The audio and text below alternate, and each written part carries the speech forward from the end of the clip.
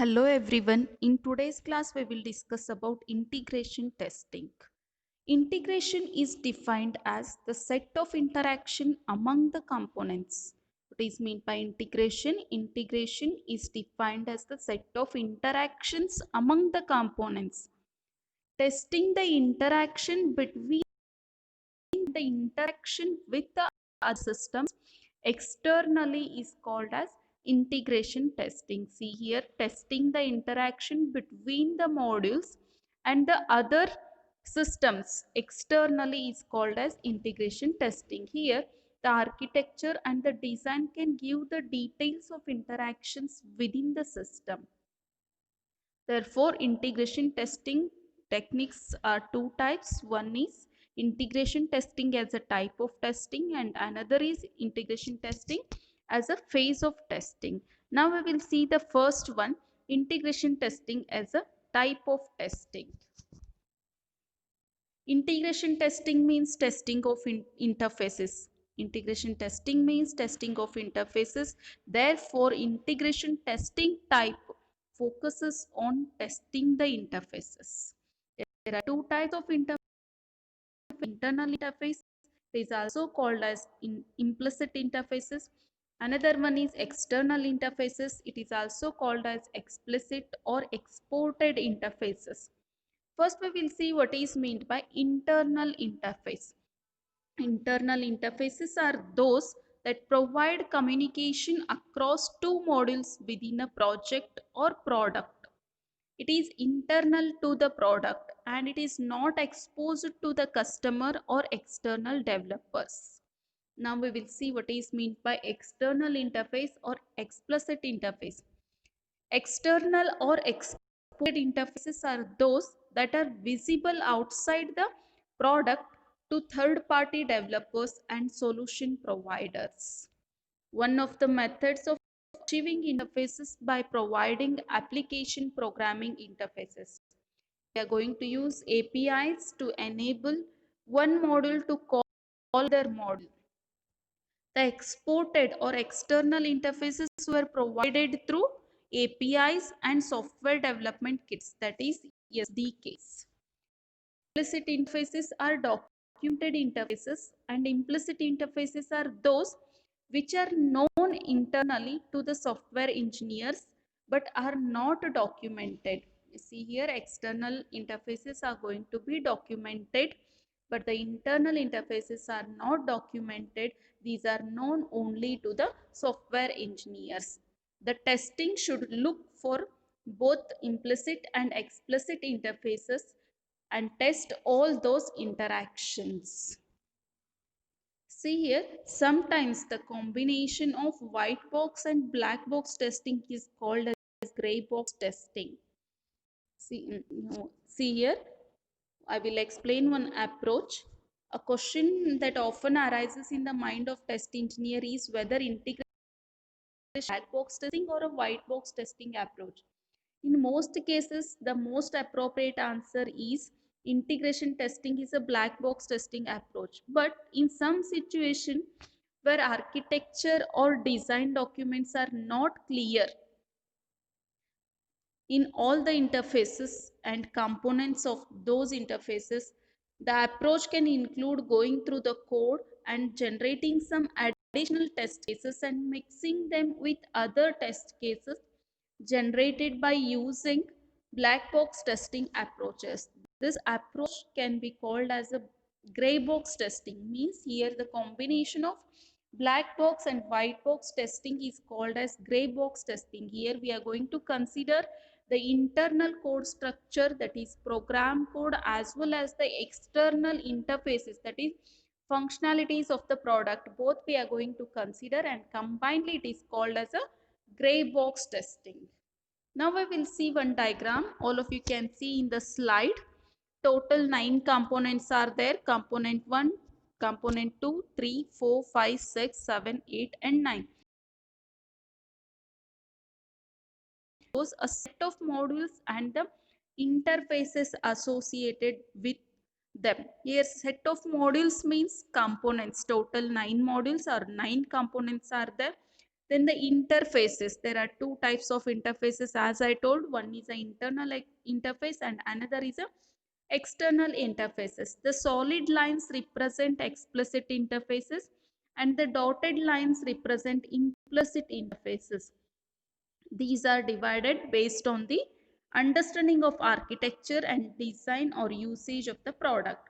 From this figure, it is clear that there are at least 12 interfaces between the modules components to be tested. 12 interfaces. Here 9 explicit interfaces and 3 implicit interfaces. Explicit interfaces are denoted with the solid lines and implicit interfaces are denoted with the dotted line. Total 12 interfaces are there, 9 explicit interfaces and 3 implicit interfaces. Here now one question will arise that in what order we need to test these interfaces.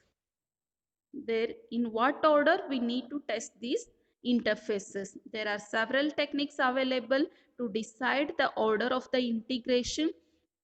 Here we are going to consider four testing techniques, that is top down integration, bottom up integration, bidirectional integration and the system integration. Here these are the four types of integration testing techniques. We will see the first one. The first one is top down integration. First we will see what is meant by top down integration. Integration testing involves testing the topmost component interface with other components in same order as we navigate from top to bottom till we cover all the components. Here we are going to visit the first component first. Next we are going to visit the lower layer and again we are going to test the lowermost layer. Means here first we are going to visit the topmost component. After that we are going to navigate from top to bottom. This is called as the top down integration. You can see the example in the slide. You can see one diagram. It contains total 8 components, that is 8 modules, and it contains the interface within the arrows. Here arrows we are going to use to denote the interfaces, and the table shows the order of testing the interfaces. See here how to decide, that is how to decide that in which order we are going to test the interfaces. Here in the top down integration, first we need to visit the topmost component interfaces first. Here topmost components, component 1 to component 2, that is 1 2. See here the step 1 1 2 interfaces is tested, and next step 2 1 3 we are going to test, and next step 3 is 1 4. In the top down integration we are going to trace the interfaces in the topmost to bottom. Here next again 1 2 1 3 1 4. After that 1 2 5. Next 1 3 6 1 3 7, like this 1 3 6 3 7. Next we are going to combine all these, that is 1 2 5 1 3 6 3 7. Next we are going to test 1 4 8. Lastly we are going to combine these all as a step 9. You can see in the step 9 1 2 5 1 3 6 3 7 and 1 4 8. This we are going to test the interfaces using the top down integration. See here the order in which the interfaces are tested may change a bit if different methods of traversing are used. There are two methods of traversing techniques. One is a breadth first approach and another is a depth first approach. Breadth first approach, depth first approach. See here what we are going to do in the breadth first approach. A breadth first approach will get you component order such as 1 2 1 3 1 4 and so on, and a depth first order will get you components in such order as 1 2 5 1 3 6 components. What is a breadth first approach? It will give the components in order as 1 2 1 3 1 4, and depth first search means we are going to traverse in depth. That's why it is 1 to 5. That is in depth means from top to bottom. 1 2 5, 1 3 6, 1 3 7, 1 4 8. Like this we are going to traverse the interfaces. This is all about top down integration. Now we will see the bottom up integration. What is meant by bottom up integration? It is just the reverse or opposite of top down integration. What is bottom up integration? Is just the opposite of top down integration, where the components for a new product development become available in the reverse order, starting from the bottom. The components are assumed to be available in order of their number. See here, based on the number, these components are going to be available. Here, the navigation in bottom integration starts from component 1. All of you can see in the diagram. Here, we are going to start the navigation from component 1 by covering all the subsystems till the component 8 is reached. The order in which the interfaces have to be tested is shown in this table. You can see that first step. What is the first step, or first which interface is going to be tested? In the bottom up, we are going to start from the bottom up layer. That's why 1 to 5. The first step is 1 to 5. Next 2 to 6. Next 3 to 6. In the step 2, we are going to cover 2 to 6 and 3 to 6. Next in the step 4, 4 to 7. This is called as a breadth first approach. Next is we need to do the depth first approach. Here we are going to use 158, then 26368, 26368, next 478. Like this we are going to traverse the components, and lastly we are going to combine all these interfaces. This is the bottom up integration. In the bottom up integration, we are traversing the components from the bottom level. Next we will see the bidirectional integration. Bidirectional integration is a combination of the top down and approaches, and it is used to derive integration steps. And bottom up and the bidirectional integration is also called as sandwich integration. Bidirectional integration is also called as sandwich integration. The individual components, you can see the diagrams. What are the individual components? 1 2 3 4 and 5. These are the individual components and are to be tested separately. And bidirectional integration is performed initially with the use of the stubs and drivers. Here we are going to do the testing of bidirectional integration with the help of the stubs and drivers. Here drivers are used to provide upstream connectivity and stubs are used to provide the downstream connectivity. A driver is a function which redirects the requests to some other component. Here driver is a function which is used to redirect the request to other component, and stubs are used to simulate the behavior of a missing component. After the functionality of these integrated components are tested, the drivers and the stubs are going to be discarded. Once the components 6, 7 and 8 become available, the integration methodology then focuses on those components as these components which need new. We need to focus on the new components. This approach is called as a sandwich integration. Here sandwich integration is also called as a bidirectional integration. We will see the diagram as you are seeing in the slide. See here 1 2 3 4 and 5. These components are individual components. Here 6 7 8. These components are dependent components. Here we need to use bidirectional integration. Here you have to use top down integration as well as bottom up integration. You can see in the diagram as well as in the table. First what we are going to do, first we are going to test with the help of the top down integration. First we are going to test 6 2. This is a top down integration. Again 7 3 4. Next 8 5. This is the top down integration. Next what we are going to do? 162 173 1734 185. This is a again top down integration. Here they are going to tell that 62 is a bottom up, in same way 73485 they are going to use these as a bottom up, and the last one is a top down.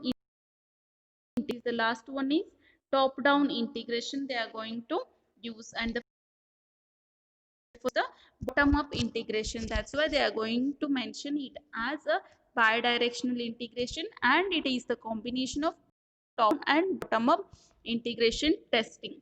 See here, 2737485 interfaces are tested with the help of the bottom up integration testing, and 162 1734 and 185, these are going to be tested with the help of the top down integration testing. Means step 4 is top down integration, and step 1 2 3 are bottom up integration.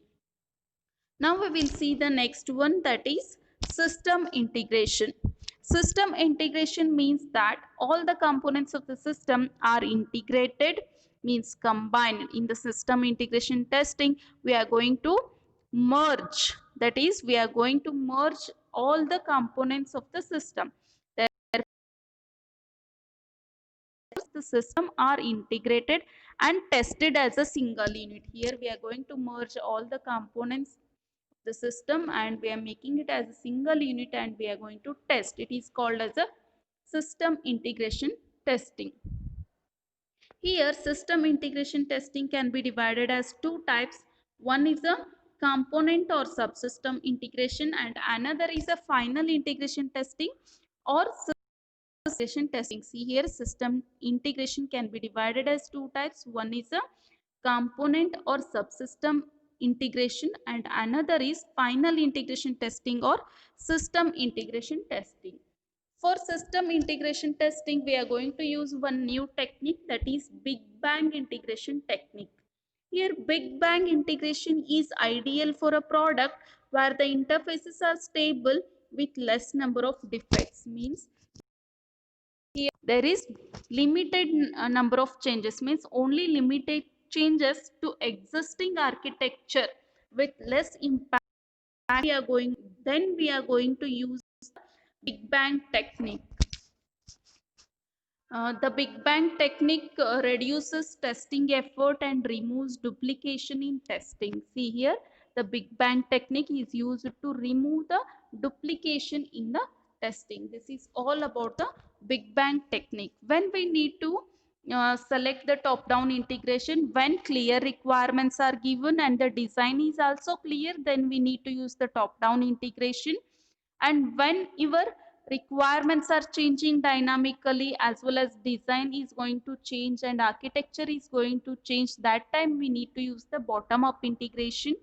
And when we need to use the bidirectional, when there is a changing architecture and stable design, that time we need to use bidirectional integration. And when we need to use the Big Bang technique, when there are limited changes to existing architecture with less impact, that time we need to use the Big Bang technique. Like this, we are going to use these integration testing types. Thank you.